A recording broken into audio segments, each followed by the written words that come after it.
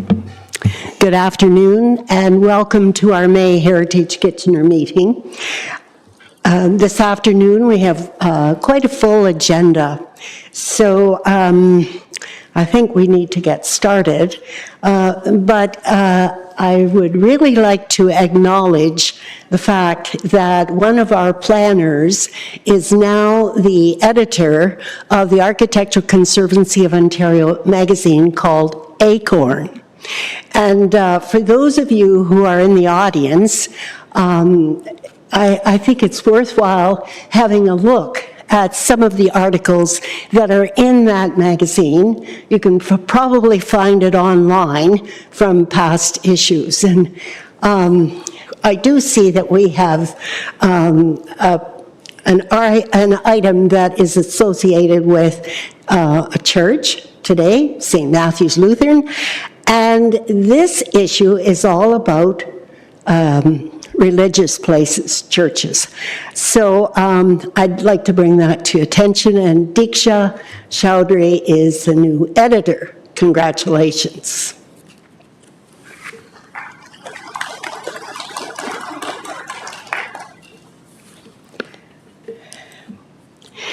So without further ado, I would like to ask if there is disclosure of pecuniary interest and the general nature thereof. Are there any pecuniary interests? Seeing none, thank you. And now we'll go to our delegations. And the first delegation, I believe, is regarding the interim draft heritage impact assessment, East Side Lands Trunk Sewer. However,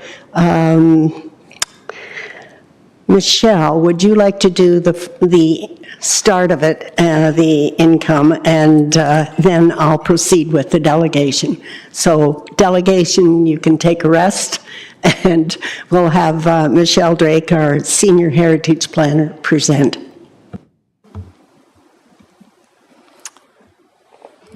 Thank you, Chair. So this evening, we have a draft HIA for the committee to provide comment on. This is an interim draft HIA regarding the detailed design of the East Side Lands Trunk Sewer. The purpose of the proposed trunk sewer is to service anticipated growth in the eastern part of the region of Waterloo, including parts of Kitchener. The class environmental assessment identified the need for the trunk sewer and identified a route partially through the city of Kitchener and terminating at the wastewater treatment plant in Kitchener on Mill Park Drive. The scope of the work will include open cut and micro-tunneled construction to install the sewer and a new service bridge over the Grand River to take the sewer to the existing wastewater treatment plant. The work will take place in and adjacent to several cultural heritage resources, including 3 built heritage resources and 4 cultural heritage landscapes. The proposed methods to install the sewer and the proposed construction of a new bridge have the potential to impact cultural heritage resources.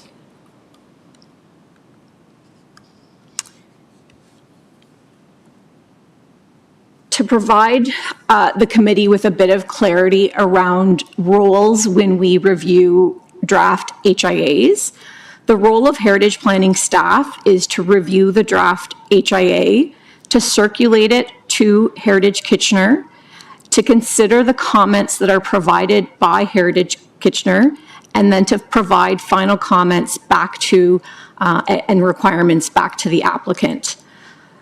The role of Heritage Kitchener is to review the reports that come before you, often with an appendix containing the draft HIA, and then to provide comments during the meeting to Heritage Planning staff and the applicant. There is no motion or recommendation required when we review draft HIAs. The applicant and Archaeological Services, Inc. are here today to provide a brief presentation and respond to questions. And with that, I would turn it over to the chair.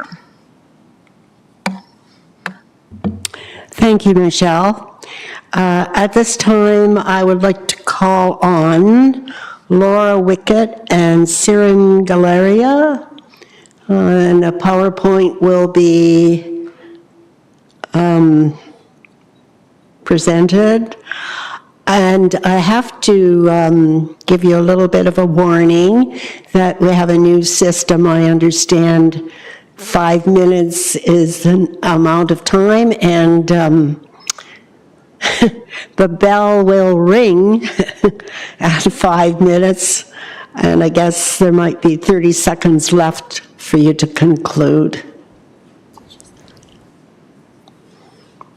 So please go ahead. Thank you. My name is Laura Wickett. I'm a cultural heritage specialist with Archaeological. Excuse me, can you speak right into the mic? Is that Thank better? you. Yes. I'm Laura Wickett. I'm a cultural heritage specialist with Archaeological Services, and I'm here to present on behalf of the region an overview of this HIA, which thank you for saving me some time, Michelle, in providing a brief introduction. So this HIA has been conducted for the construction of this new sanitary sewer proposed by the region. This map shows the proposed alignment along with the location of all of the heritage resources. So there will be an underground section of the sewer, and then crossing the river, there will be a service bridge carrying the sewer across the river to the wastewater treatment plant that's located on the west side of the Grand River. So in the interest of time, I'm going to move straight into discussing impact assessment and mitigation.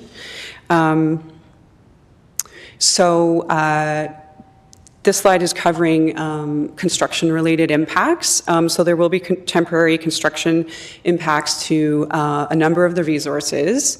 The mitigation measures recommended include vibration monitoring for the Pioneer Tower and Dune Pioneer Cemetery. The installation of a dust barrier system on the tower's exterior should be considered. And then if there is a requirement for any post-construction maintenance or repairs to the tower or cemetery, they should be completed by a contractor with experience and who is a CAP member. Construction and staging should be suitably planned and undertaken to avoid unintended impacts to the heritage resources. And post-construction rehabilitation should be conducted to return the Pioneer Tower West Park CHL and the Pioneer Tower Road and Lookout Lane CHL to pre-construction condition, and that should follow the Pioneer Tower design guidelines. I'm now going to discuss the impacts and mitigation for the service bridge that will be crossing the Grand River. This is an image here rendering by the architect, DTAH, of how the bridge could look crossing the Grand River. So the impact assessment here is really concerned with impacts to the views along the Grand River corridor from the trails on either side of the river. And so the views will be altered due to the introduction of this new bridge. Part of the HIA was to do a careful analysis of where the bridge may be visible from and also how that interacts with views of the Pioneer Tower and other resources. So I'll discuss a few details of the bridge. The superstructure will be made of prefabricated steel trusses. Substructure will be cast-in-place concrete. So the bridge has been designed to build in certain mitigation measures to make it suitable for its setting on the Grand River. Some of the recommended mitigation measures include designing it to be well proportioned, visually light, and compatible with the surrounding natural context of the river and the tower. So those mitigation measures have been integrated into this 30% bridge design in the following ways. The bridge has been designed to respond to its setting on the Grand River, and it's been aesthetically enhanced to suit its setting beyond what's typical for a service bridge. This bridge isn't a pedestrian or vehicular bridge, it's purely to carry the sewer across the river. But due to its setting, it's been aesthetically enhanced. And the truss bridge design in particular was selected for its visual lightness in the landscape and also to reference truss bridges across the Grand River and other locations, and also at the same time being distinguishable as a contemporary bridge. And the preferred truss configuration option was selected from 4 different options to choose the height of the bridge piers that are lowest to reduce the perceived height of the bridge. Here's another view of the bridge. So two color options were considered, and the preferred option by the project team is pale blue finish. So I'm happy to answer questions if more details needed, because I didn't quite get through everything. Thank you. Thank you. Questions for our delegation on the matter of this bridge?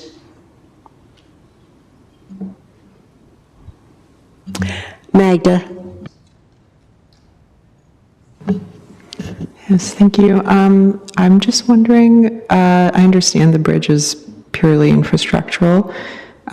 Was it considered to be a pedestrian bridge? There's a bunch of, I know this is a little bit beyond the heritage aspect, but in terms of, integrating nature, heritage, et cetera, was it considered to double potentially as a pedestrian bridge? And if so, what were the reasons why that was not done? Thanks. So I think I'll probably invite Surin, but I know part of the consideration is that there's a water treatment plant on the other side, and the bridge is connecting directly to the water treatment plant. So I think that might have played into it. Surin, do you want to add a bit more? Hi everybody, I'm Sirin Galaria from the region of Waterloo, and I'm the project manager on the project. We did consider having we looked if it's possible to have a pedestrian bridge, and we do have a pedestrian bridge though within 1 kilometer of the location. And in terms of this being a service bridge, we're only going to cater for maintenance. So there'll be a walkway, but it will be very secured for safety and stuff, that nobody is allowed to be on top. And will be also, other things we're doing is provide access point for maintenance, and that will be the type of things we're looking, and nothing to do with pedestrian, given the fact that there is another pedestrian bridge about 1 kilometer away. Was I clear, or would you prefer me being on this side? And I can talk louder. Thank you. I guess that answers the question. Any other questions for the delegation? Any comments? Oh yes, Peter, please. Thank you. I have a question. So there are 3 heritage buildings that are within the report. And what is the proximity of the work to those buildings? So are you including the Pioneer Tower as one of those? Yeah. So maybe I'll just go back to my, am I able to? Yeah. So I don't know if I'm able to zoom in a little bit, but so the two farmsteads are several hundred meters away, so we don't have any concern as far as construction-related impacts go, and views-wise, there's really not much happening because of the topography and the vegetation. The tower is, it's over 50 meters from the proposed bridge, but we have recommended a full vibration assessment for it due to its relative proximity to the work.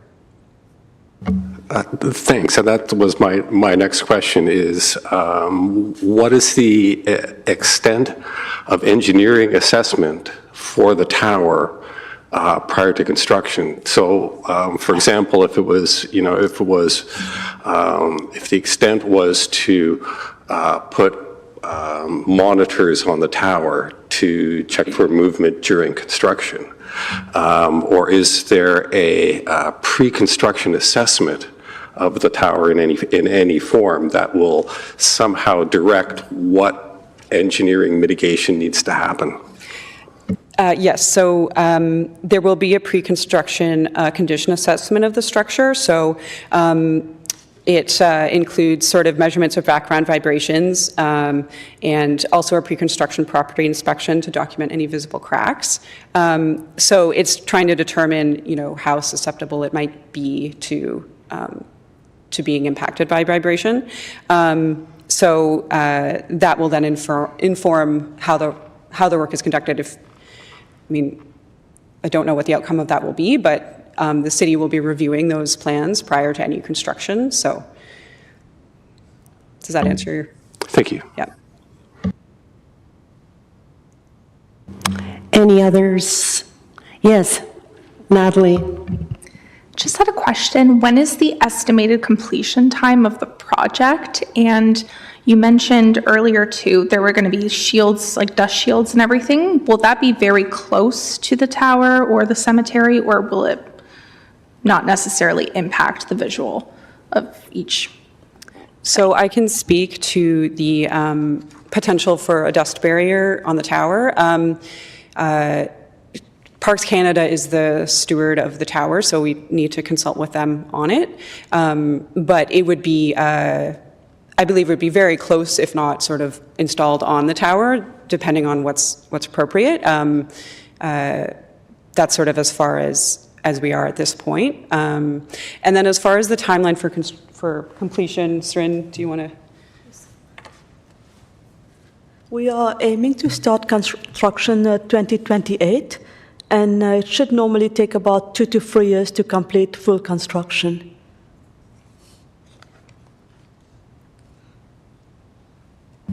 Thank you. Natalie, do you have any more questions?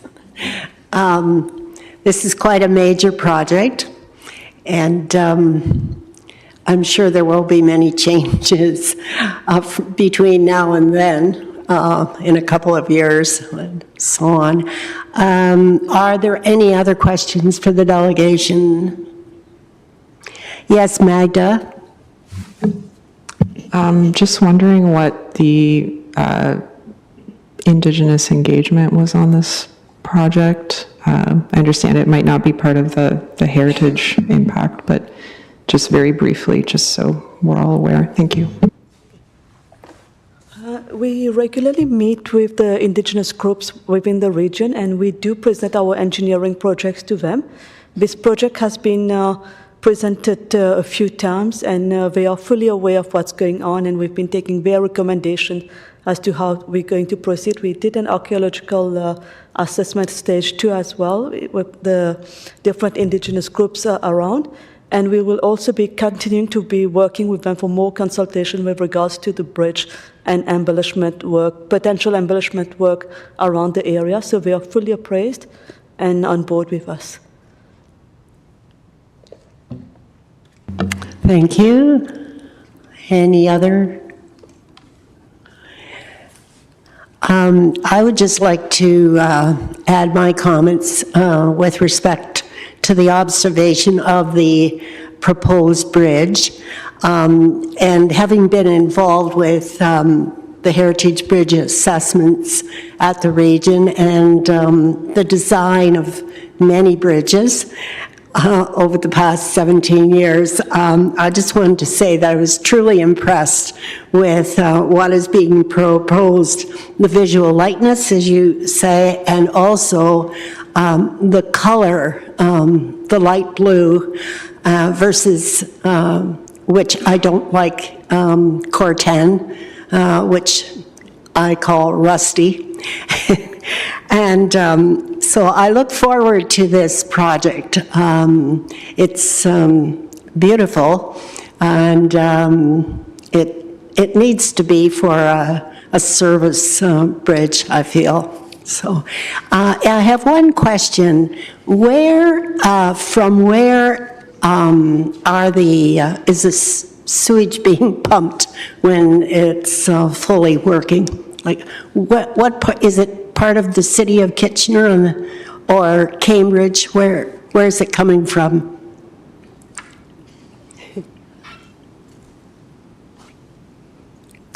Yeah, hi. My name's Andre, and I'm working for the region as the design engineer for for the project. So where's the sewage coming from? So it's mostly as part of the East Side Lands. That's why it's called the East Side Lands Sanitary Sewer.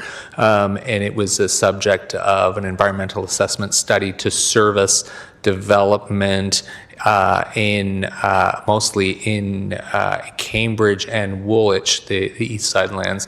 So that sewer is going to start up. Our portion of it is going to connect at just north of the railway, CP Railway, which is east of King Street, and then it crosses through and comes to the Kitchener wastewater treatment plant, which is right on the other side of the bridge. So this section is just, our project's three kilometers long, but the bridge is sort of a 500-meter section from east of the Grand River into the wastewater treatment plant. Thank you. And one more follow-up question. When do you anticipate the start of the project, or hasn't this been discussed yet? We are currently doing the detailed design. So right now we are at 60% design. And in terms of construction, we've got the core construction starting in 2028. We do have some overhead electrical cables that will need to be relocated. This one I'm looking at doing it 2027 so that it doesn't affect the main project, and we'll be more efficient that way to separate the electrical cable from the main project. Thank you very much. Again, are there any other questions for the delegation? Seeing none, thank you very much. Thank you. I look forward to this bridge. Thank you. I wonder now, staff, do we have questions for the staff on this? Yes, Grant. Thank you, Madam Chair. I had a quick question for staff. I was curious why, I think it might have been in the report, the cross-section of the lane is proposed to go back to not full asphalt without curb and gutter. I'm wondering why that condition is being restored that way, as opposed to a more typical cross-section. Through the chair, the Lookout Lane is identified as a heritage corridor, both in our cultural heritage landscape study as well as in our official plan. It's been in our official plan, I believe, since 1994, and there are policies regarding maintaining the rural character of that particular road segment, and that is why there are no changes to the width of the road, there's no changes to the profile, there's no changes to the design in terms of adding curb and gutter. The only change that we do allow is the policy speaks to tar and chip as the surface material, which we can no longer install and maintain. We just don't have the equipment, and adjacent municipalities who we used to borrow from, I believe, also don't have the equipment.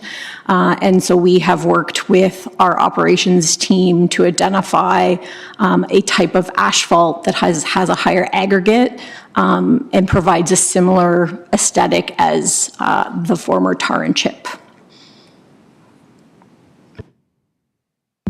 Thank you, Michelle. Any further question to staff? I would just like to once again mention my support for this visual appearance, the visual lightness of the bridge and the color, and I hope that goes through. If it's 2028, we may see this project come back one or two more times for comment. It's a very big project. Thank you. On to 4.2. It's a heritage permit application, HPA 2025, IV 010, 60 Victoria Street North, demolition of additions with retention in full of the 1913 building. And for those of you who are aware of it, probably know it as the Rumpelfeld building. So, Jessica, would you please present then? Thank you, Madam Chair. So as noted, this is a heritage permit application for 60 Victoria Street North, known as Rumpelfeld Building.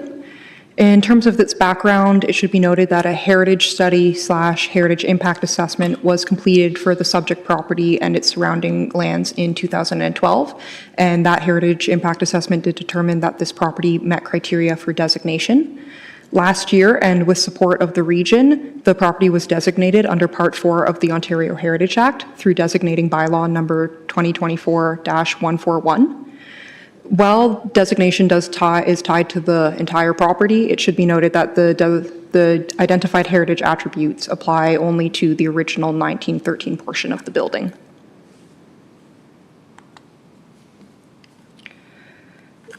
So the building as it exists today can be broken down into 4 parts. You have the original 1913 portion of the factory, and then 3 additions which were built circa 1942, 1962, and 1968 respectively. The proposed demolition applies to the 3 additions, with the 1913 portion being retained in full, as well as a staircase which was constructed circa 1942. Also, as part of the proposed work will be restoration of the east wall of the 1913 portion, as that is now an internal wall that will become external, so certain infill will need to be done, as well as localized repairs to masonry. In reviewing the merits of this application, it should be noted that a number of required studies have been required and provided. This includes conservation plans, structural condition assessment reports, risk management plans, temporary protection plans, and demolition and stabilization plans, all of which have been prepared by qualified consultants. And the intention of these plans is to provide a detailed review of the proposed work and establish short, medium, and long-term conservation measures to be applied to ensure that the 1913 portion of the building remains protected throughout the duration of work, as well as after work. So as noted, the entirety of the 1913 portion of the building is to be retained, meaning that there's no identified impact to identified heritage attributes. Per the 2012 Heritage Study and HIA, the changes that have occurred over time, meaning the additions, are not character-defining elements in their own right, but do actually potentially jeopardize the character of the building. The proposed demolition follows the recommendations outlined within the 2012 Heritage Study, and the proposed work is also in keeping with the standards and guidelines for the conservation of historic places in Canada. The recommendation is that pursuant to Section 33 and 34 of the Ontario Heritage Act, the Heritage Permit Application HPA 2025-4-010 for the property municipally addressed as 60 Victoria Street North be approved to permit the demolition of the 3 additions, all retaining in full the 1913 building, in accordance with the supplementary information that's been submitted with this application, and subject to a number of conditions which can be summarized as approval of all of the required studies, implementation of the measures that are outlined within the studies to be certified by their retained heritage consultant, and then an agreement that should the owner or the consultants become aware of any structural damage to the retained portion of 60 Victoria during demolition, that work be stopped in that vicinity and appropriately addressed. And that concludes my presentation. Thank you, Jessica.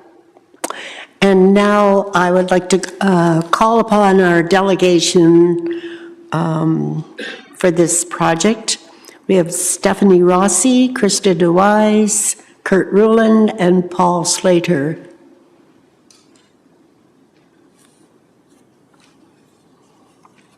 And again, I just want you to know we have 5 minutes for the presentation. Just to do a short introduction, I'm Krista DeWise, the Senior Project Manager for the Region of Waterloo on this project. I am going to spend a short time this evening providing some of the framework of the Kitchener Central Transit Hub as it relates to 60 Victoria Street, the Rumpelfeld Building. So the Kitchener Central Transit Hub is a transformational project that seeks to showcase the first-rate character of our downtown core. The project has been in the planning stages since 2013. Over this time, the project itself has transformed and is now intended to be delivered in multiple phases. In this slide, on the left-hand side, you'll see Phase 1 is a partnership between Metrolinx and the Region of Waterloo to deliver the relocation of Metrolinx's platform to the corner of Victoria and King.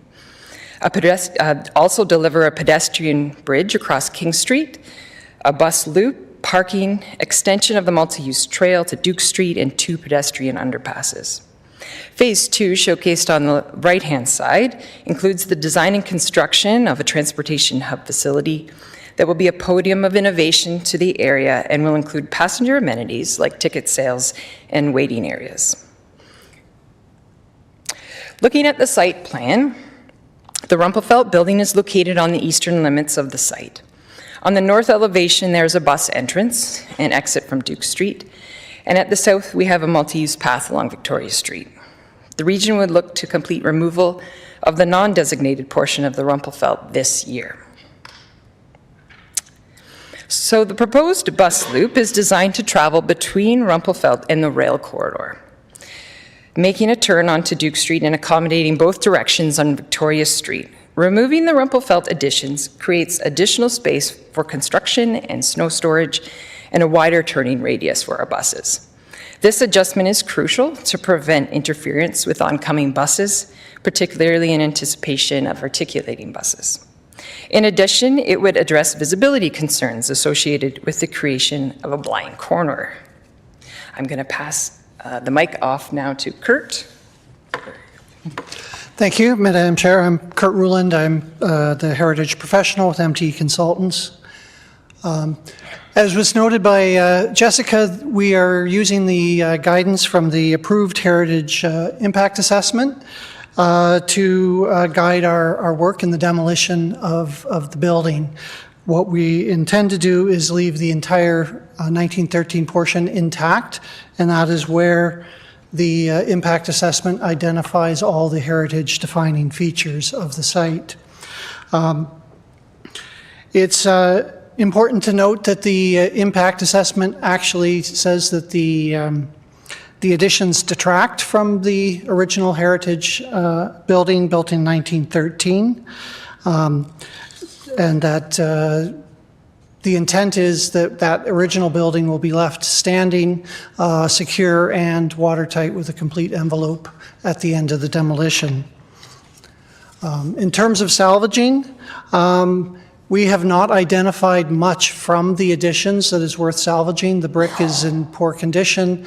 Most of it is just conventional structural steel, which can be taken away and recycled. The only piece that we ask them to salvage is the brick from the original, not the original chimney, but the latter addition of a chimney, because that is the brick that most closely matches the original Rumpelfeld building, and we can use that in repairs to that building as we need to. Otherwise, we don't see much in terms of salvageable material. In terms of historical continuity, the site from essentially from 1875 to 2007 was the property of the Rumpel family, and has had that building on it since 1913, the original portion.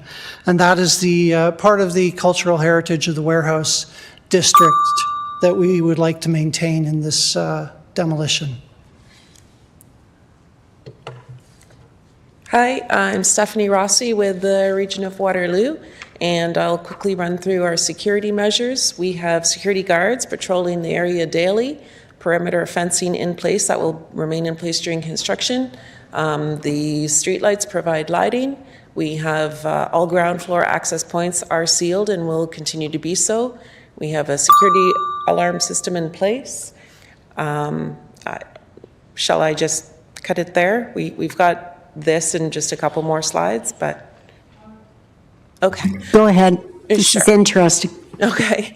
Our site will become very active during construction, and when the adjacent new bus terminal is in place, that will also be very busy and full of people, bringing many more eyes for passive observation and heightened sense of security, and kind of the discouragement of any inappropriate behaviors. The demolition of the additions will also help us focus our ongoing security efforts and really hone in on the priority of the heritage building and keeping that secure. I'll turn it over to Paul. Paul Slater, MTE Consultant, Structural Engineer. Regarding building protection, the existing sprinkler system is going to be maintained for ongoing fire safety. A new retaining wall will be constructed between the 1913 building and the bus route to protect.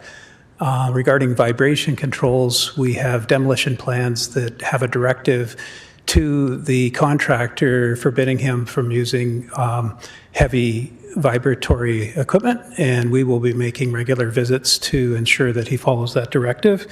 The entrance porch along Victoria Street is going to be hoarded to protect from further deterioration, and we will make regular building condition reviews to identify repairs.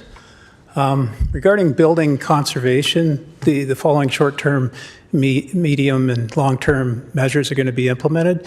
The region has already cleared out debris and removed asbestos and animal droppings from the buildings. 1913 building roof will be assessed and repaired to address the roof leaks.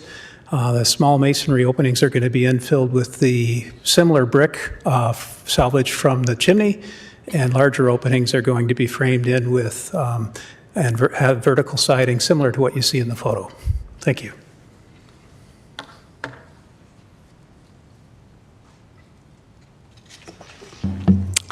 That concludes your presentation? Yes. Right. All right. Now, questions for the delegation? Yes, Grant. Thank you, Madam Chair. I had a question regarding the land on which the demolished portion sits on. Is there any plan for that, or is that going to be open up for development into the future once that's removed? Yeah, so I'm happy to address that. The future of the Rumpelfeld isn't yet planned. It's in the planning process, I would say.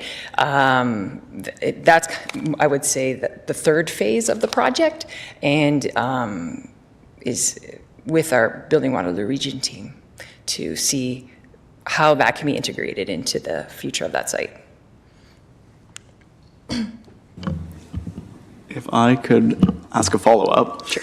To your knowledge, are the lands going to remain in public ownership? And if so, are they going to be owned by the Region of Waterloo, or will they be owned by Metrolinx? The property associated with the transit hub, so the bus loop, the hub itself, that will all remain part of the region property. Metrolinx will maintain ownership of their corridor component. Thank you, Grant. Other questions? Peter? What's the anticipated use of the building when it is complete and renovated?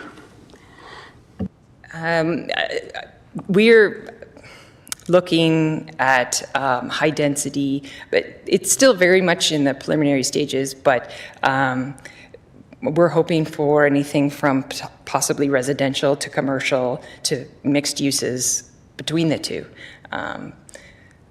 That is... Yes. To be determined. Exactly, yes. Okay, great, thank you. Grant? Yeah, so sorry, further to my questions before and piggybacking off that, is there a possibility for the dispossession of the lands if they are going to be converted to residential or commercial uses? I guess you spoke to the bus loop being publicly owned, but there might be an opportunity for this corner to be developed privately? That is a possibility and an opportunity to see development come to that corridor as a means of a funding mechanism in that regard, yeah. To be determined. Exactly. We're getting ahead of this project. It's been a long time coming. Are there any other questions? Yes, Natalie. Just had a question. It was mentioned the asbestos was removed. I believe last time you folks presented, there was some concerns with break-ins and asbestos being exposed. Are there any further environmental impacts with the demolition or potential contaminations to the environment anticipated?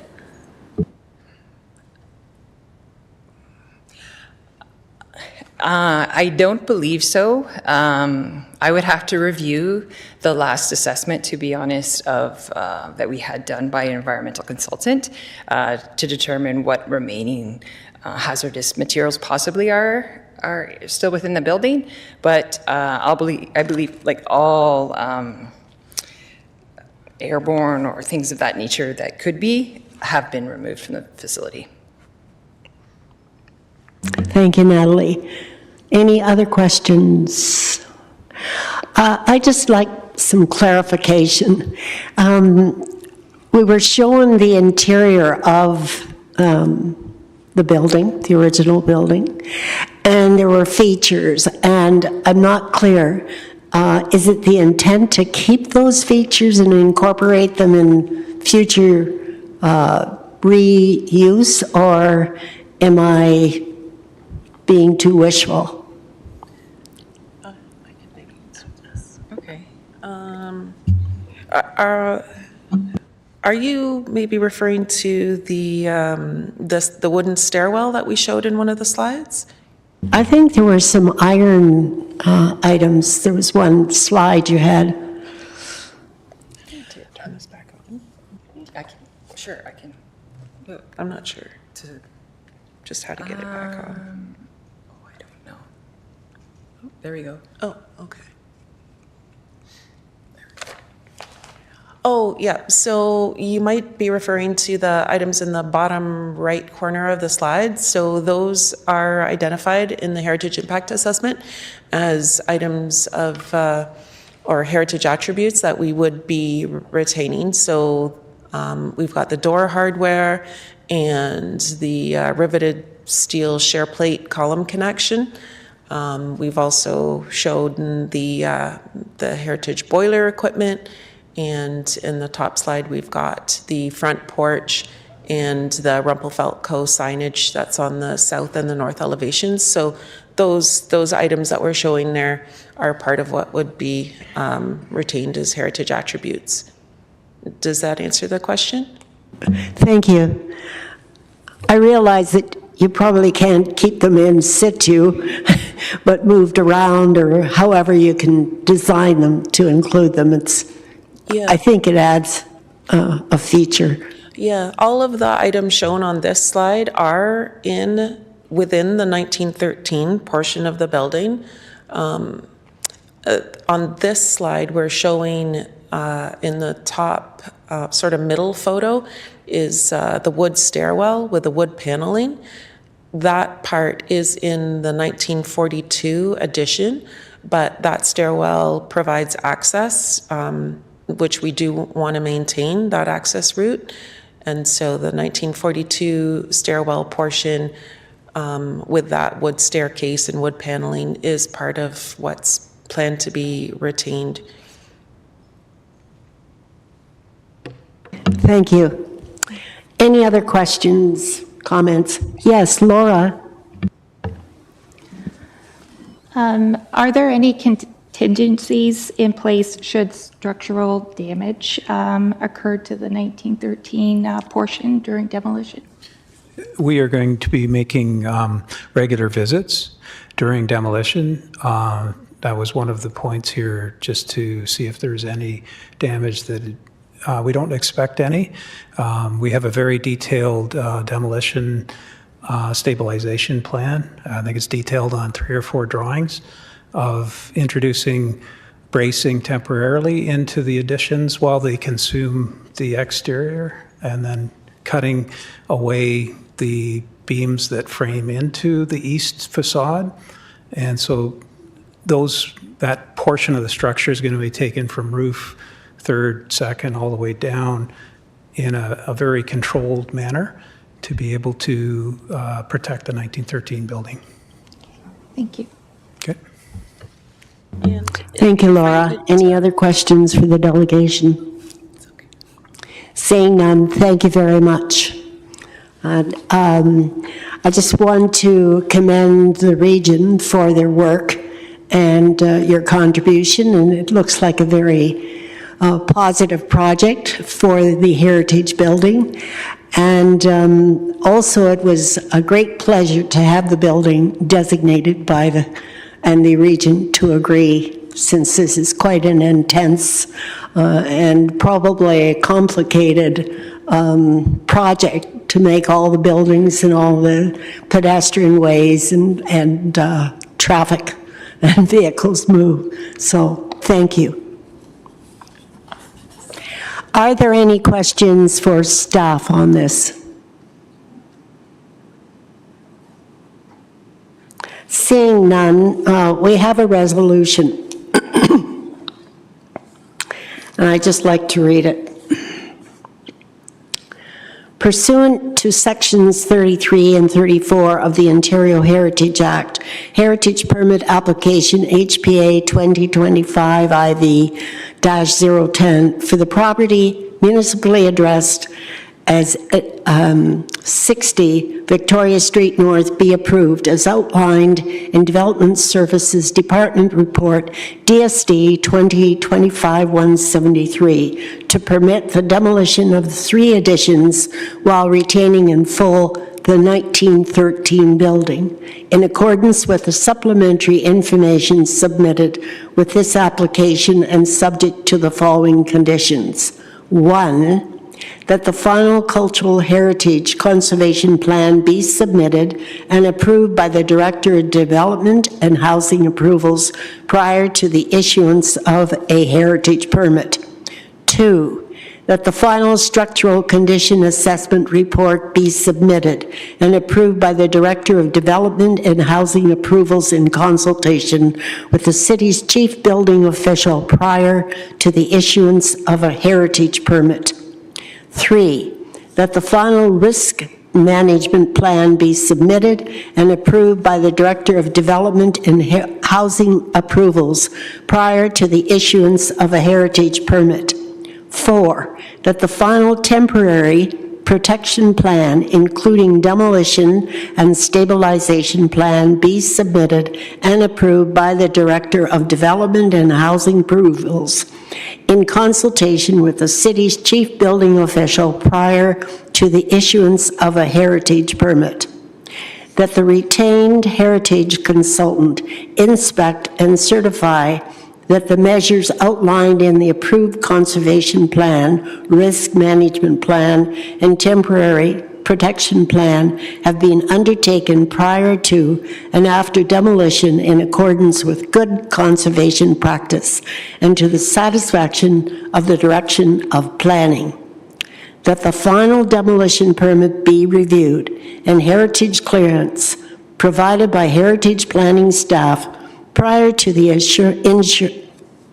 issuance of a demolition permit. And 7, should the owner suspect or become aware of any structural damage to the retained portion of 60 Victoria Street North during the demolition, the owner agrees to stop work in the vicinity and notify the consulting engineer, the heritage consultant, and the city's heritage planner so that corrective action can be taken to the satisfaction of the city's heritage planner. Who would like to move this item? I'll move that recommendation, Madam Chair. Grant will move it. Any other questions, comments? All those in favor? Carried unanimously.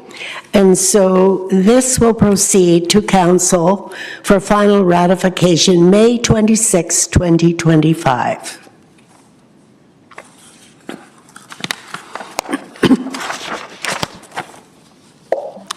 Item 4.3, Heritage Permit Application HPA 2025 IV 005, 122 Frederick Street, the Registry Theater, alterations to exterior limestone steps. And Michelle, would you please present? Thank you. Through the chair, this will be the first of two permits relating to 122 Frederick Street, more commonly known as the Registry Theater. They are separate bodies of work, and that's why they have been presented as two staff reports with two separate recommendations. The subject property is located on the west side of Frederick Street between Weber Street East and Svets Street within the Civic District Cultural Heritage Landscape. The Registry Theater, formerly the County of Waterloo Registry Office, was built in 1939 by Dunker Construction. The building is an outstanding example of Art Deco architecture. The subject property is individually designated under Part 4 of the Ontario Heritage Act. The designating bylaw identifies several external heritage attributes, and this does include the exterior limestone steps. The applicant is proposing to repair and/or replace the exterior limestone steps. It is anticipated that the scope of work may involve both repair of existing mortar and limestone, as well as the replacement of existing limestone.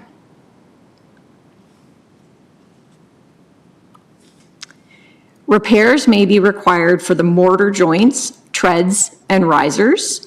The repair of mortar joints may require removal of loose mortar, removal of dust and debris, repointing with a Type N mortar, tinting to match existing, and tooling to match existing. The repair of limestone may require removal of limestone that has split away, removal of dust and debris, using thermosetting resin adhesive tinted to match, which is like a glue to glue it back in place, and possibly some patching of finer lines in the limestone with, again, the Type N mortar. Following the completion of the repairs and/or replacements, the applicant is proposing to apply a clear binder thinner and consolidation agent, which should help the deteriorating stone with respect to some of the impacts it's having from salt damage. In terms of the merits of the application, the subject property is designated under Part 4 of the Ontario Heritage Act. The proposed masonry repairs and/or replacements will extend the life of the exterior limestone steps. Heritage planning staff will review and approve the final scope of work, the methods and materials, and the test panel to ensure that they follow good conservation practice, including the Parks Canada standards and guidelines and the ministry's or the province's 8 guiding principles. The repairs and the replacement of the exterior limestone steps will not adversely affect the character of the property, nor will they affect the facade of the building. So it is my recommendation that pursuant to Section 33 of the Ontario Heritage Act, Heritage Permit Application HPA 2025 Roman numeral 4005 be approved to permit the repair and/or replacement of the exterior limestone steps at the Registry Theater on the property municipally addressed as 122 Frederick Street, in accordance with the supplementary information submitted with the application, subject to the following condition. And that being 1, that prior to commencing work on site, the following be reviewed and approved by Heritage Planning staff. A, the scope of work, B, the methods and materials, including sample replacement stone, and C, a test panel showing replacement stone and new mortar. That concludes my presentation. Thank you, Michelle. Do we have delegations for this item? Through the chair, Andrew Kitt is here. He doesn't have a presentation, but he is here to respond to questions. Thank you. All right, committee, you may ask questions about this proposal, repair of the exterior limestone steps.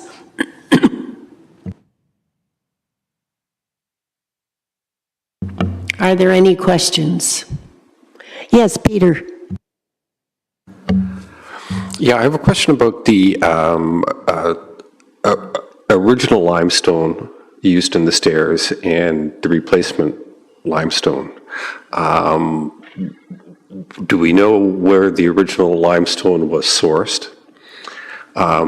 Is it still available? And if it isn't, what are the considerations to match the new limestone to the existing? Through the chair, to the best of my knowledge, the original source of the limestone is not available. There were repairs contemplated several years ago, and documentation that I found from that time indicated that they could not source the same limestone, but they were able to source a new limestone that had, I guess what I would call like a similar, it's not really aggregate, but striations is what Sandra was saying to me. I thought that was the marble. But striations and even like almost like fossil impressions, and then the color. And so I do have a photo of a sample they had previously acquired that was a reasonable match. And I would be asking the same this time, is that we source and look at a sample on site to ensure that it is an appropriate match.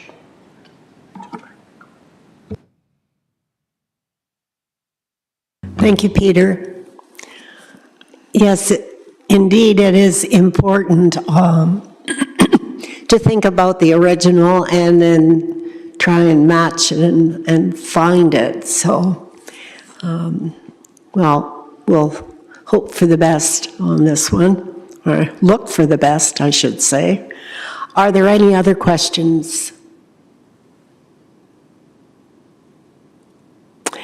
Seeing none, we have a motion that pursuant to Section 33 of the Ontario Heritage Act, Heritage Permit Application HPA 2025 IV-005 be approved as outlined in Development Services Department Report DSD 2025-192 to permit the repair and/or replacement of the exterior limestone steps at the Registry Theatre on the property municipally addressed as 122 Frederick Street, in accordance with the supplementary information submitted with the application, subject to the following condition: that prior to commencing work on site, the following be reviewed and approved by Heritage Planning staff.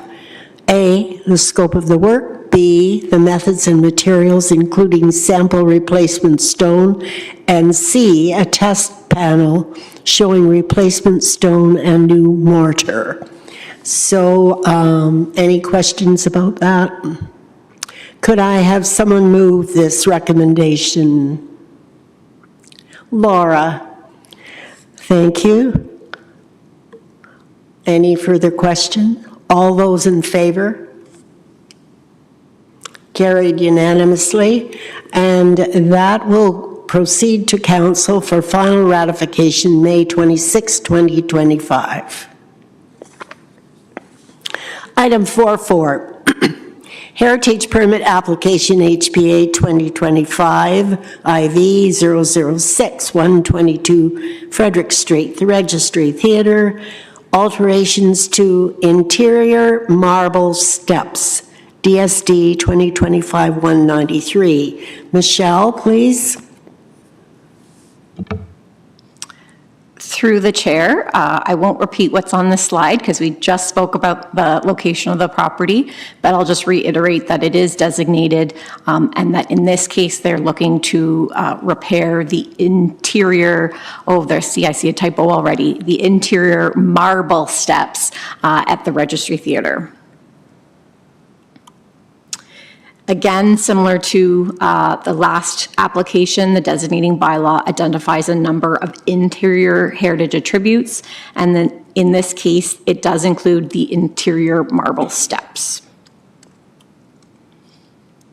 The applicant is proposing to repair the interior marble steps located in the lobby, and this includes repairs to the treads, repairs to the risers, and repairs to the nosing or the bull nosing, sort of that wraparound curvilinear feature at the end of the tread. The repair of the marble steps may require cleaning the marble with steam, which is with distilled water, and a mild surfactant such as Dawn soap, removal of any loose marble, removal of dust and particles and debris from the surfaces and joints, and undertaking a multi-step epoxy repair that is tinted to match the existing marble to create depth and luminescence, essentially recreating the colors and the striations that we see in the marble today. In terms of the merits of the application, the subject property is designated under Part 4 of the Ontario Heritage Act. The proposed masonry, the repairs to the marble, oh my goodness, my apologies for these typos and errors, will extend the life of the interior marble steps. Heritage planning staff will review and approve the final scope of work, the methods and materials, and the test panel to ensure that they follow good conservation practices, including the Parks Canada standards and guidelines, as well as the province's 8 guiding principles. The repairs and then finally, the repairs of the interior limestone steps will not adversely affect the character of the property, nor the interior of the lobby, which contains a number of designated heritage attributes. And that concludes my presentation. Oh, my apologies. Jumping the gun. So my recommendation is that pursuant to Section 33 of the Ontario Heritage Act, Heritage Permit Application HPA 2025, Roman numeral 4, number 006, be approved to permit the repair of the interior marble steps at the Registry Theatre on the property municipally addressed as 122 Frederick Street in accordance with the supplementary information submitted with the application and subject to the following condition. 1, that prior to commencing work on site, the following be reviewed and approved by Heritage Planning staff. A, the scope of work. B, the methods and materials. And then C, a test panel showing the repaired, or what the repaired marble will look like. And that officially is the conclusion of my presentation. Thank you, Michelle. Is there a delegation, or Michelle, are you answering the questions? Again, through the chair, Andrew Kitt, a staff member with the city, is here if there are questions that I'm not able to respond to. Thank you. Questions then about this proposal?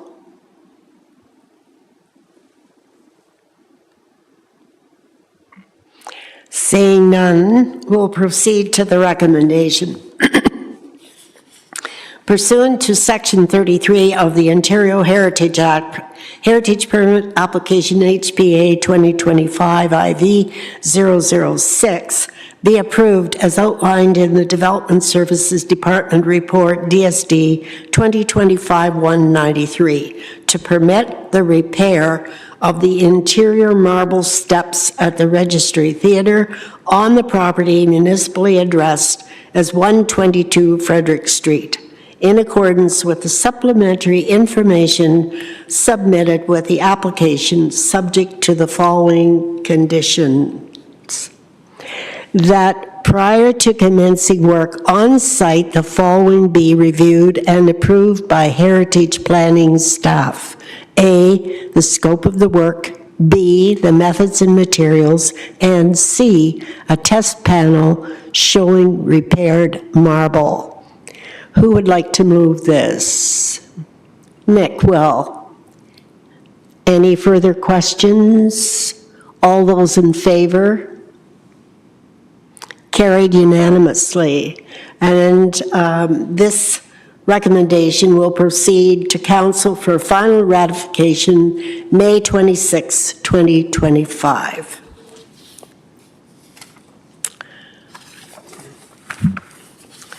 Going on to 4.5. Heritage Permit Application HPA 2025 V-004, 54 Benton Street, St. Matthew's Lutheran Church. Alterations to 2 sanctuary windows, DSD 2025-191. Michelle, Senior Heritage Planner, Michelle Drake, will provide a presentation. Through the chair, the subject property is located on the southwest corner of Benton Street and Charles Street East. The property is designated under Part 5 of the Ontario Heritage Act due to its location within the Victoria Park Area Heritage Conservation District. The property has also been identified as having very high cultural heritage value or interest by council. In terms of the proposed alterations, the applicant is proposing to repair exterior deteriorated sections of the existing wood caps and trim on the 2 large transept windows. Site investigations were completed in March of this year, and they concluded that roughly 30% of the trim on each of the 2 windows requires immediate action. They are recommending that the following scope of work take place. 1, that they remove and replace deteriorated caps and trim to match the existing trim profiles. 2, that they use filler materials to fill in portions of the deteriorated caps and trim that do not require full replacement.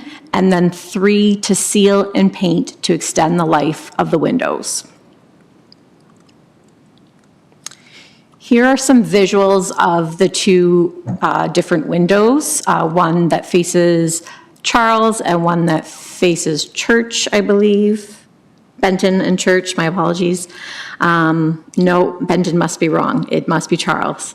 The yellow highlighted areas are showing where there is trim on top of a structural component that holds the stained glass windows in place.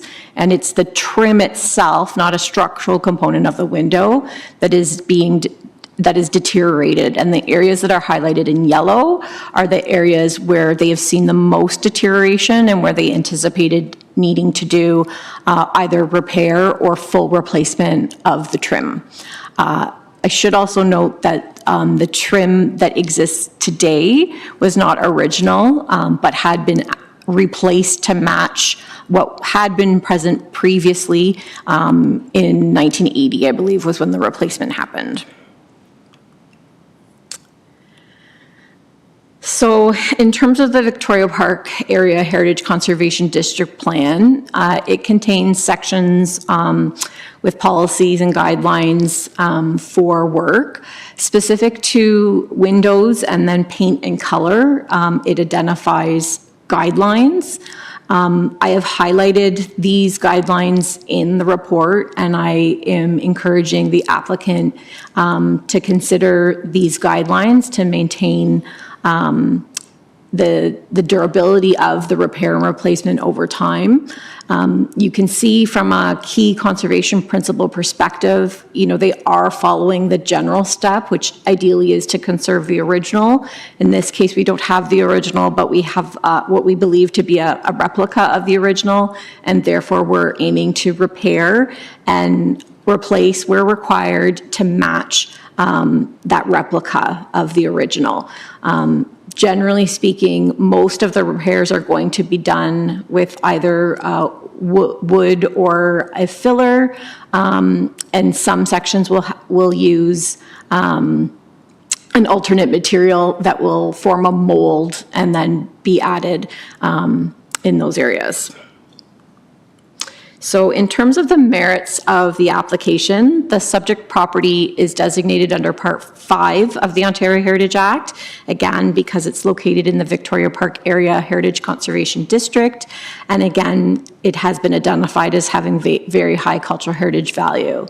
The existing caps and trim were replaced in the 80s to match the originals, and the scope of work includes limited replacement to match existing materials, profiles, and details, limited replacement with fiberglass, that was the material I was mentioning when they'll use a mold to then match existing profiles and details, repairs to deteriorated caps and trim that do not require replacement, painting of all caps and trim, and sealing of painted caps and trim. Continuation of the merits, the proposed alterations are in keeping with good conservation practice. They are consistent with the principles for documentary evidence, respect for historical material, and respect for original fabric outlined in the provincial guiding principles. The proposed alterations are consistent with recommended guidelines for window repairs outlined in the federal standards and guidelines, as well as the U.S. National Park Service Preservation Brief 9, which provides guidance on the repair of wood windows and notes that epoxies are among the most durable and long-lasting material available for wood repair. And then finally, the proposed alterations will not adversely affect the character of the property, Benton Street, Church Street streetscapes, or the Victoria Park Area Heritage Conservation District Plan.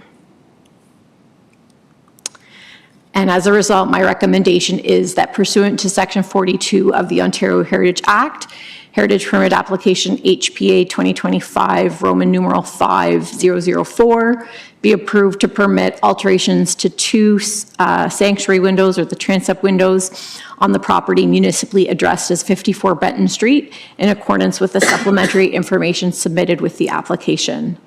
That does conclude my presentation, but there are, I believe, 3 representatives available should the committee have any questions from the owner or from the individual who will be undertaking the repairs. Thank you, Michelle. And perhaps the delegation, do you have any comments to make regarding the application, or you just want questions? Questions, all right. Thank you for coming.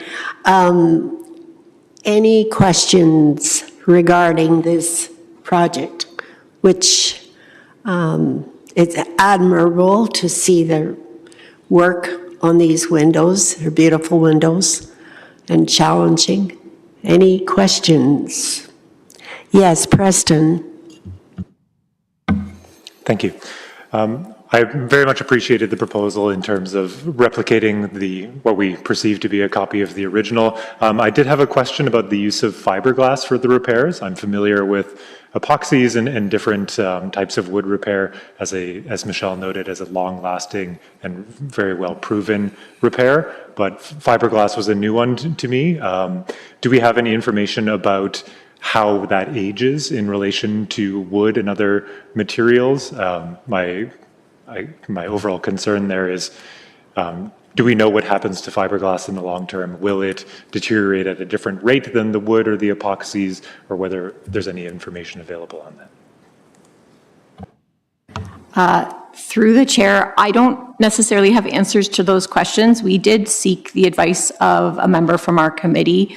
I think the committee in general, but we had one response from a member of the committee previously about the use of fiberglass as an alternate to recreate wood aspects that are difficult and or highly costly to replicate.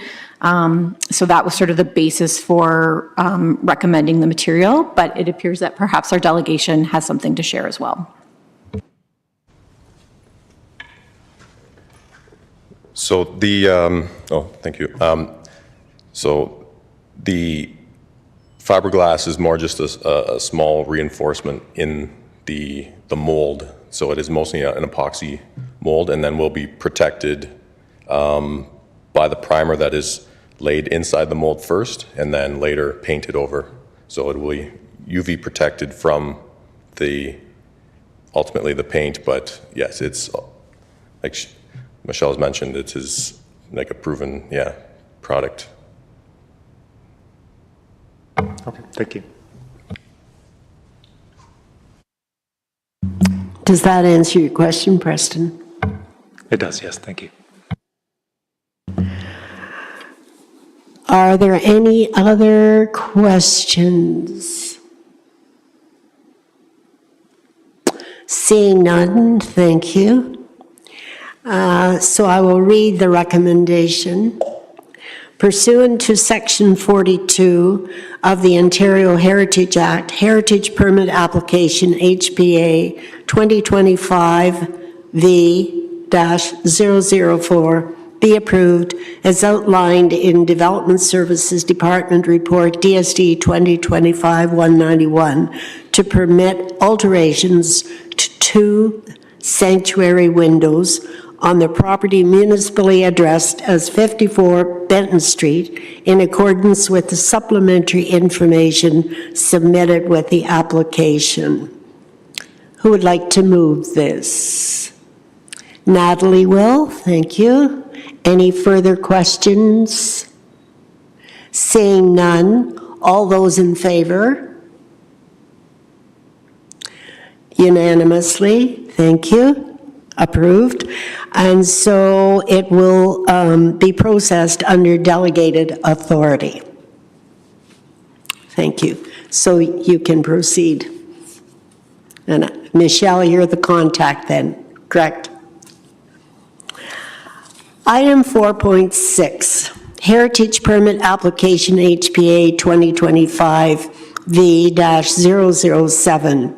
279 Queen Street South, replacement of windows and repainting of exterior elements, DSD 2025-172. And Jessica Vera, our heritage planner, will make a presentation. Thank you, Madam Chair. So in terms of background, this property is designated under Part 5 of the Ontario Heritage Act, and it's located within the Victoria Park Area Heritage Conservation District. It's identified within the HCD plan as being District Significance A building. Currently, the site contains a 2-story 1950s office building constructed in the International architectural style. In terms of the scope of work proposed, the applicant is looking to replace the existing single-pane glass within the second-story front window with new insulated clear glass units and frosted glass units.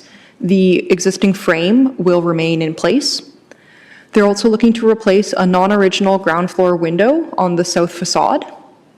And they'll be repainting exterior features, including the brick to white, the planter wall, soffit and fascia, overhanging canopy columns, and window frames to black, and then the canopy soffit to a yellow-green color. In reviewing the merits of this work, it should be noted that the proposed window work is intended to improve thermal performance and energy efficiency while maintaining the overall appearance of the building. The work is to be completed by qualified professionals with appropriate preparation measures taken place and appropriate material used, including appropriate masonry paint. The building has been painted previously, so it is not its original color. And the proposed work is in compliance with the policies and guidelines of the Victoria Park Area Heritage Conservation District Plan. Specifically, the plan does speak to the appropriateness of replacing single glass panes with double or thermal insulated glass panes. And then in terms of color for paint, the plan speaks to painting being done either to original colors or to colors appropriate to the style of that historic building. So as mentioned, this building is classified as an example of the international style, and that style is often characterized by a color palette which is neutral backgrounds, being either whites or grays, with a bolder colors for certain features. So an example of that is the lower picture, which is a Le Corbusier building that was constructed in Germany for an exposition. I apologize, I am not going to attempt to pronounce the name of it, but it does demonstrate that the color palette proposed is appropriate. And finally, it's not anticipated to negatively impact the cultural heritage value or interest of the property or surrounding areas. So staff recommendation is that pursuant to Section 42 of the Ontario Heritage Act, the Heritage Permit Application HPA 2025-5-007 on the property municipally addressed as 279 Queen Street South be approved to permit the replacement of the glass panes within the second floor front window, the replacement of the non-original window on the ground floor, the repainting of the exterior elements in accordance with the supplementary information that has been submitted with this application. And that concludes my presentation.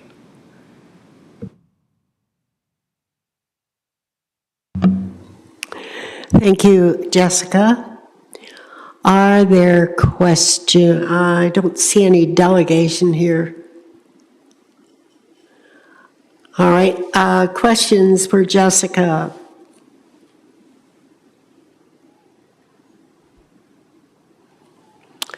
Jessica, could you just review the glass? What is and what is to be used to replace it for the window? Certainly. So through you, Madam Chair, the existing glass in the front window is just single pane, meaning that it doesn't retain heat or keep out the cold very well. They're proposing to replace the single pane glass with double pane glass, which has better thermal insulation properties. So I'm not sure if we can pull up the slide again. Oh, sorry. Just go back to this image. So the top two rows of the front window are going to be replaced with clear glass. So from a visual perspective, there's not going to be any change. And then the bottom window is going to be replaced with a like an opaque type of glass. So currently there's not any glass panes in that third row. It's been blocked off by an interior wall. That interior wall, from my understanding, is to be removed, and then the kind of like foggy glass insulated panes be inserted there. So again, in terms of appearance, there's not going to be much visible change. Thank you. Any other questions?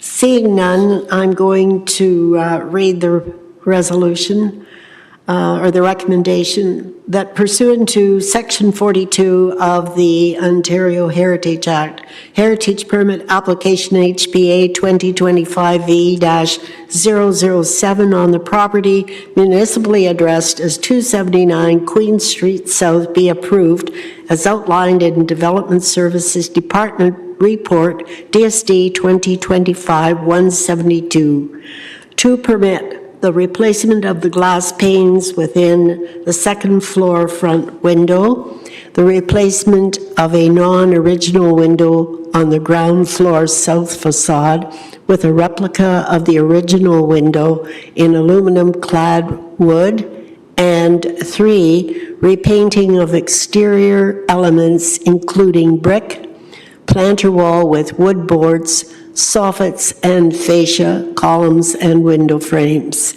in accordance with the supplementary information submitted with this application. Who would like to move it? I'll move that recommendation, Madam Chair. I'm sorry. Yes, Grant. No, I'm just saying I'll move that. Sorry. All right, Grant moves it. Any other questions? Yes, Magda. Yeah, sorry for the last minute question. I was just wondering if you might be able to clarify in some of the renderings included in the report, there appears to be signage on the kind of corrugated short wall near the entrance. Is that the case? And how will that be? Will that be painted on, or how will that work? Thank you.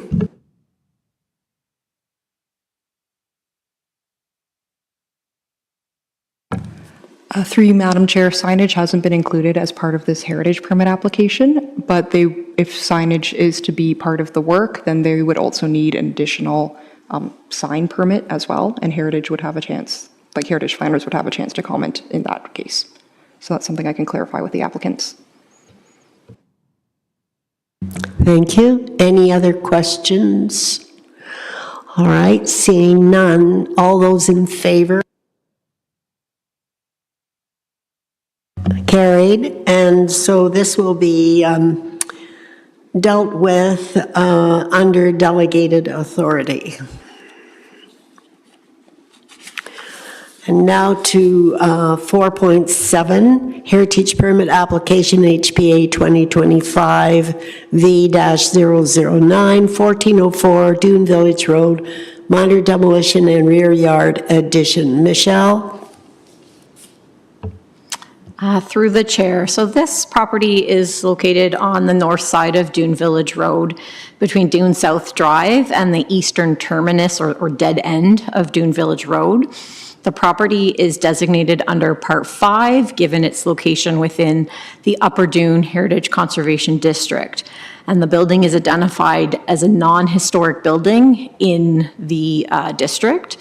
The heritage permit that's before the committee this evening seeks permission to demolish a very small portion in the rear, which is called the existing sitting room, as well as a covered deck in order to construct a rear yard addition and deck. Although I will note that the details of the deck may change as they are not currently part of the full scope of work. So just a point of clarification. So the building was built in 1995, and as I said, is a non-historic building in the plan. The policy regarding demolition of non-historic buildings in the plan indicates that where there are few or no complementary architectural or historical features, there will not be a presumption against demolition or building facelift. The existing sitting room is 1 story in height with a shallow gable roof and an approximate footprint of about 180 square feet. This portion of the building is clad with wood, board, and batten. The shallow gable roof of this section of the building is connected to the existing covered deck located off the rear elevation of the building. The applicant is proposing to demolish the existing sitting room and covered deck. And just for clarity, it's generally that area that I've highlighted in yellow.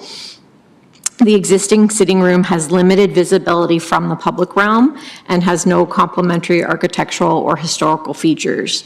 The existing covered deck, similarly, is not visible at all from the public realm and has no complementary architectural or historic features. On the screen is a proposed elevation drawing for their west elevation. The Upper Dune plan provides policies for non-historic properties, and these policies relate to height, proportion, roof style, windows, colors, materials, and demolition, which we just discussed. There are no policies that are specific to the construction of decks. It is important to note that the subject property is not located adjacent to any properties identified as historic in the Upper Dune Heritage Conservation District Plan. Further, this section of Dune Village Road that's located between Dune South Drive and the terminus or the dead end of Dune Village Road, where the subject property is located, contains no properties that are identified as historic buildings, again, in that Upper Dune Heritage Conservation District Plan. Lastly, the proposed addition will have limited visibility, if any, from the public realm. With respect to height, the flat roof portion of the addition will align with the eave of the existing building. The gable roof portion of the addition is about 7.5 meters, which is lower than the ridge of the existing hip roof, which is at about 8 meters. With respect to proportions, the addition is located off the rear elevation of the building. The flat roof portion of the addition is stepped in from the side wall of both the east and west facades, and therefore limited, if any, visibility of that particular part of the addition, that flat roof section. The gable roof portion of the addition is further stepped in from that flat roof addition again, on both the east and west elevations, but it will have some limited visibility at very particular vantage points when, essentially in the winter, when there's no vegetation in bloom. So this is the drawing of the west elevation, and you can see the gable roof line at the very, very back, kind of by the grouping of trees on the left-hand side of the photos, shows that sort of dark gable that you're seeing. Immediately left of this driveway, which is existing, there is a row of, I don't know if I would call them trees, I'm not a tree expert, obviously, but like a combination of what are likely like shrubs and trees that, when in full bloom, provide or obstruct the view to that rear of the property.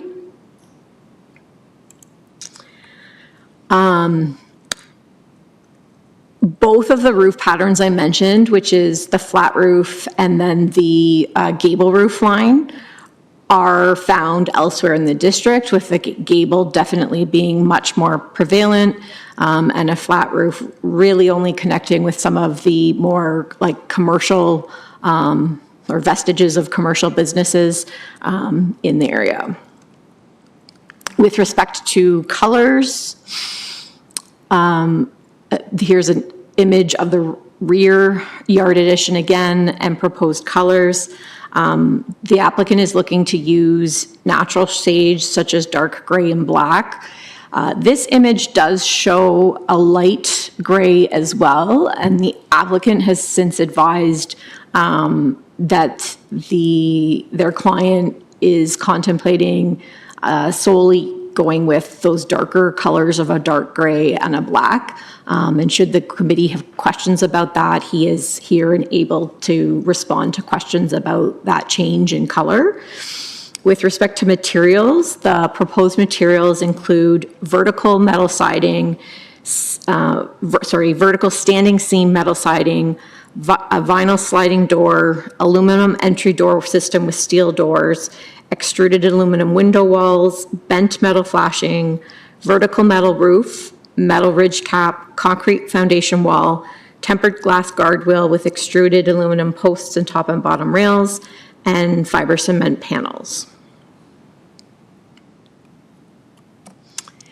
In terms of the federal standards and guidelines for the conservation of historic places in Canada, they provide standards for new additions, and they talk about conserving the heritage value of heritage attributes when creating new additions to a historic place or any related new construction, and making that new work physically and visually compatible with, subordinate to, and distinguishable from the historic place. And then the provincial 8 guiding principles go on to recommend that the principle of legibility, which is that new work should be distinguished from old work. Buildings or structures should be recognized as products of their own time, and new additions should not blur the distinction between old and new. And the image on the slide while I was talking is then the perspective from the east elevation, where this will be like the most limited view of the addition, with likely just a small component of the gable roof being seen in that very upper right corner of the photo, but also obscured a little bit by vegetation. So in terms of the merits of the application, the subject property is designated under Part 5 of the Ontario Heritage Act. It's a non-historic building in the Upper Dune Heritage Conservation District Plan. It's not adjacent to or surrounded by any historic buildings identified in the Upper Dune Plan.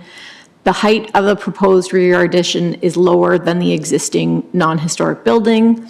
The mass of the proposed rear yard addition is located to the rear of the existing non-historic building and then stepped in from the side elevations, initially from the original building, and then the gable section of the addition is set in even more from the flat roof section of the addition. The flat roof of the proposed rear yard addition will not be visible from Dune Village Road. The gable roof of the proposed rear yard addition is consistent with roof types that we find in the Upper Dune Heritage Conservation District, with limited visibility from Dune Village Road itself. The proposed colors are natural shades of dark gray and black. The windows, colors, and materials of the proposed rear yard addition are distinguishable from the existing non-historic building and demonstrate that they are products of their own time, which is consistent with best practices in heritage conservation. The proposed deck is located behind the existing building and adjacent to the west elevation of the proposed rear yard addition. The proposed rear yard addition is consistent with the standards and guidelines for new additions outlined in the federal standards and guidelines, or the Parks Canada standards and guidelines. The proposed rear yard addition and deck are consistent with the principle of legibility that is outlined in the province's guiding principles. And finally, the proposed addition will not adversely affect Dune Village Road or the Upper Dune Heritage Conservation District. In terms of my final recommendation, I have recommended that pursuant to Section 42 of the Ontario Heritage Act, Heritage Permit Application HPA 2025 Roman numeral 5, number 009, be approved to permit demolition of the existing sitting room and covered deck and the construction of a rear yard addition and deck on the property municipally addressed as 1404 Dune Village Road, in accordance with the supplementary information submitted with the application, subject to the following conditions. 1, that the samples of the building materials and colors be submitted for review and approval by Heritage Planning staff prior to issuance of a building permit, and further that the final building permit drawings be reviewed and approved by Heritage Planning staff prior to issuance of a building permit. And that concludes my presentation. I do know that the applicant for the property owner is here this evening if there are any questions from the committee that I'm not able to answer. Thank you, Michelle. Are there questions for Michelle or the delegation? Nick, please. Thank you. Thank you, Madam Chair. This question, I believe, is more for the delegate. Just in the way that the renderings of the proposed addition appear, to me, just to my eye, between the color and the structure, while obviously it does need to be its own thing separate from the non-historic building, it almost looks industrial to the eye. Like it looks like a warehouse on the back of the building. So I'm wondering if there's any concern for even just changing the color to better match a residential area so it doesn't look quite so jarring in the middle of this residential neighborhood where you have almost like this big black industrial steel kind of extension off the back of this home. Thank you, Nick. The applicant. Hello, my name is Richard D'Alessandro. I'm an associate. Can you just speak into the mic? Thanks. My name is Richard D'Alessandro. I'm an associate at Neo Architecture, the applicant for the subject application. So to answer your question, I think that may be a failure of the rendering a little bit.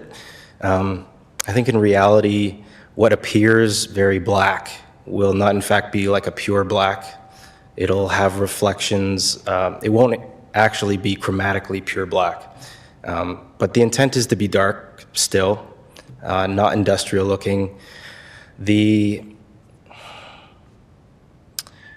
intent is to be as little like the neighboring buildings as possible. The reason for that is that sameness for the sake of uniqueness is counterproductive. And pursuant the policies that are in place on a provincial and federal level, there is an onus to make the additions contemporary and as little like the existing buildings as possible, even if they aren't historic.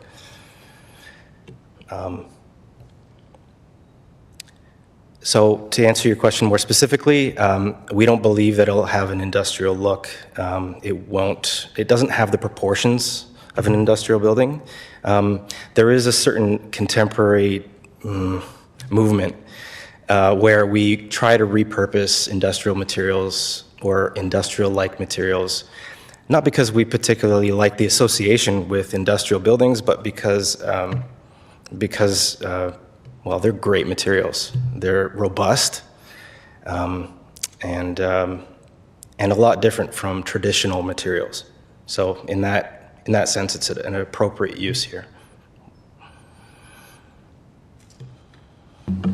Nick, is that answering your question, or?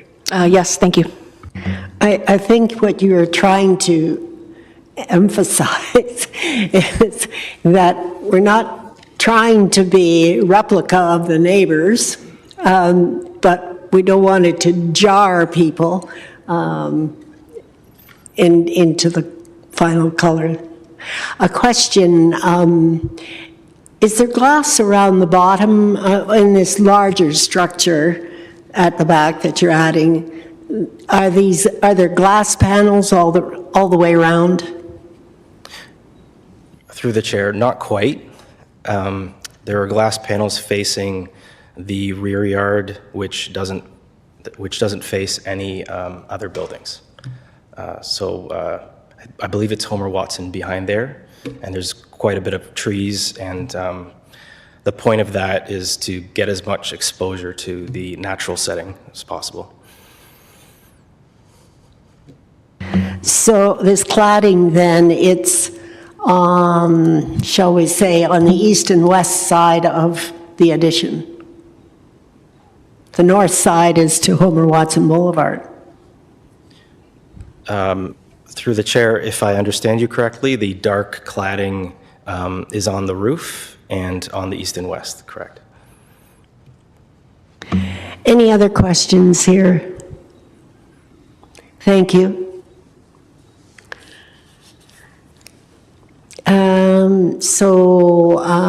I see none, so I'll let you have a seat. Thank you. Any other questions for Michelle? Seeing none, I will read the recommendation. Pursuant to Section 42 of the Ontario Heritage Act, Heritage Permit Application HPA 2025V-009 be approved as outlined in Development Services Department Report DSD 2025-189 to permit demolition of the existing sitting room and covered deck and the construction of a rear yard addition and deck on the property municipally addressed as 1404 Dune Village Road in accordance with the supplementary information submitted with the application, subject to the following conditions: that samples of the building materials and colors be submitted for review and approval by Heritage Planning staff prior to the issuance of a building permit, and further, that the final building permit drawings be reviewed and approved by Heritage Planning staff prior to the issuance of a building permit. Is there a mover for this recommendation? Laura moves it. Any other questions? Seeing none. All those in favor? Thank you. So the recommendation will proceed to council for final ratification May 26, 2025. Number 4.8, Mike and Pat Wagner Heritage Awards. Heritage Kitchener Representative Selection. Deeksha, do you have a presentation on this? Yes, thank you, Madam Chair. So I just have an update item for the Mike and Pat Wagner Heritage Awards. So the 2025 Kitchener Great Places Awards is progressing as scheduled, and nominations were being accepted until April 30th, 2025. The committee will remember that it endorsed changes to the process of selecting the successful recipient of the Heritage Awards at its February 2025 meeting. So where previously all of the projects that were nominated were brought to this committee and then they would vote on it, the committee at its February 2025 meeting endorsed changes to that, where now we will have a representative that will sit on an urban design jury panel to sort of streamline this process. So as part of those changes, staff are now looking for a representative and a backup representative to be included on that panel, which will be judging the Urban Design Awards and the Mike and Pat Wagner Heritage Awards. The time commitment for this appointment is expected to involve reviewing the submissions and the nominations that have been shortlisted and attending a one-day on-site review of the projects. The on-site review will be scheduled for a day in mid to late June 2025, once we've selected and finalized all the other jury panelists. And staff are working to confirm an event date for this year's event. And I would encourage members of the Heritage Kitchener Committee to attend. I will provide another update once we have sort of that finalized date and how the nominations are progressing. So the recommendation is that the Heritage Kitchener Committee identify a representative and a backup representative to participate in the jury panel for the Mike and Pat Wagner Heritage Award category as part of Kitchener's Great Places Awards 2025 program. That concludes my presentation. Thank you. Thank you, Diksha. Are you looking for reps today? Through you, Madam Chair, yes. So if the committee can vote on selecting one representative and one backup representative, I will defer to Mariah to see how that can be done, but we are looking to select that representative today.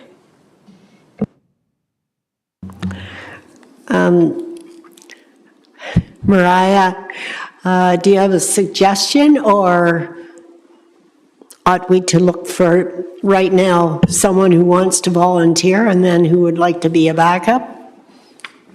What do you suggest?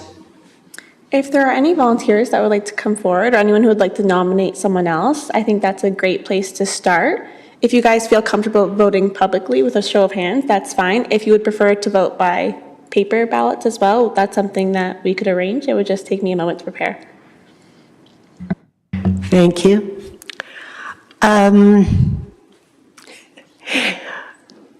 Do we have a volunteer?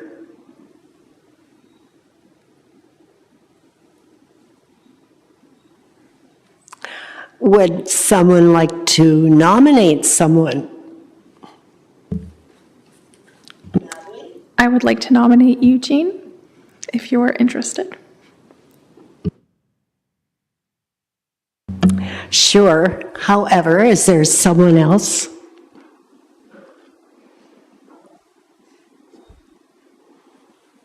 If it's all right, I will accept.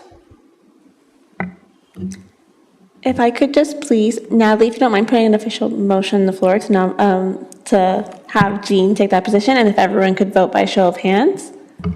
Okay, I will motion to have Jean be representative for Kitchener Heritage for the panel.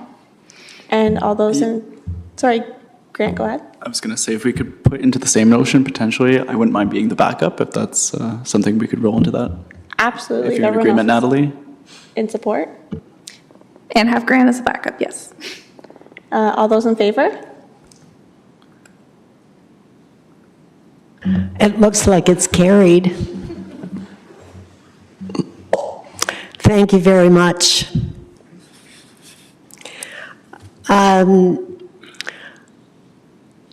Is it possible that if members wanted to participate somehow and to see what happens at one of these events, that they could come out and participate somehow? Or maybe there's a meeting where there's a, description of how this all works and whatever. When you haven't done this before, you're not familiar with the Mike and Mike and Pat Wagner Heritage Award, I think it's quite a daunting task to say, okay, I'll put my name forward and so on. So I just wonder, Diksha, is there a possibility of some exposure on this? Through you, Madam Chair, do you mean for the representatives or the committee in general?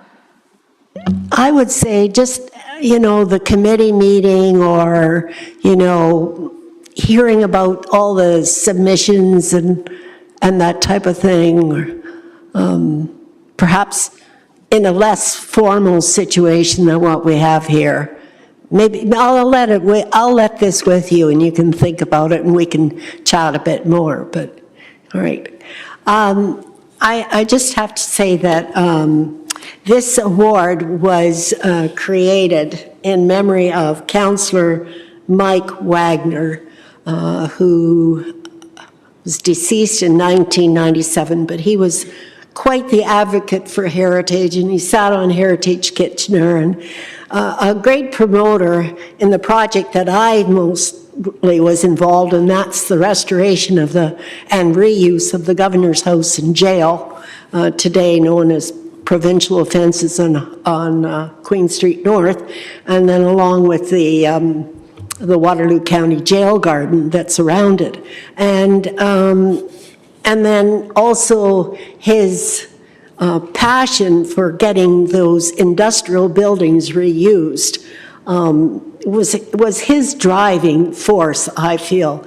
And so we did a study about the Kaufman building, that's one that stands out, and a few others that escape me now. But I recall these buildings just like sitting, and there wasn't a great interest, but he took the lead at council and worked with other councillors to get things moving, and you see what we have today. And so that's how the award came about. And then his wife, Patricia Wagner, she was a member of the Heritage Committee and just did so much research, and all those buildings and properties that we have out on the Huron Road and Bleens Road, out in the farm areas. She went and did so much research. And I remember she said she went to the cemetery and looked for the descendants on the tombstones and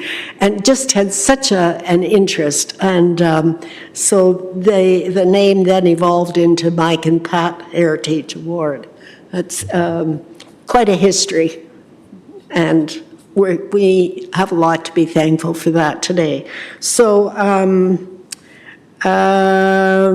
now, since we approved this motion, does it go to, oh, I see. Here we go. Here's the motion in front of me. That Heritage Kitchener Committee identify a representative and backup representative to participate in the jury panel for the Mike and Pat Wagner Heritage Award category as part of Kitchener's Great Places Awards 2025 program as outlined in Development Services Department Report DSD 2025-183. And I assume as part of that, the names will go forward, correct?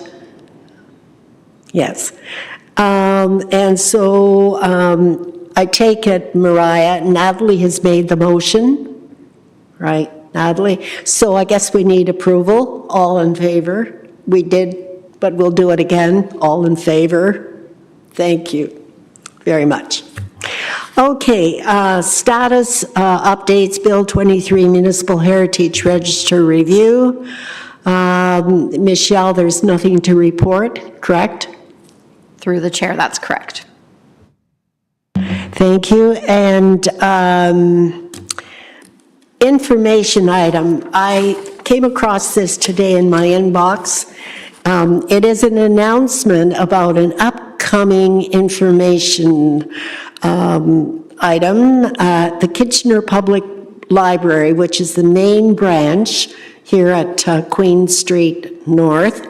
And in the Grace Schmidt Room, in the archives, you will have Lauren Simon, who's the Senior Library Assistant, presenting Researching the History of Your Home.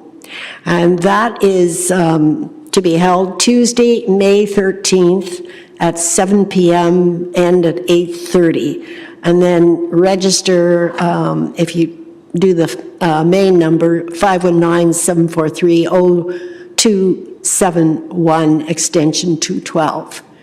So if you're interested, give a call. And, you know, if you know of anyone who has an interest in a house or property, it might be interesting for them to attend. Good. Are there any other announcements or anything else? Yes, Preston. Just by way of an information item, I believe it is outside of our normal scope of parts of the Heritage Act, but the review period for Bill 5, I believe it is, which would impact the necessity of archaeological assessments for many provincial projects or projects deemed important by the province, and therefore impacting our overall heritage in the region and the municipality. The period for reviewing the bill and providing public comment, I believe, goes till May 17th, just as an information item for ourselves or anybody watching who wishes to comment on that bill. Preston, perhaps you could give the contact to Mariah. Certainly. The review is via the province of Ontario. It's available online. I can pass the link on to Mariah for distribution. Thank you very much. I wasn't aware of that one. Any other items? Seeing none, who would like to adjourn the meeting? Natalie will. Thank you very much.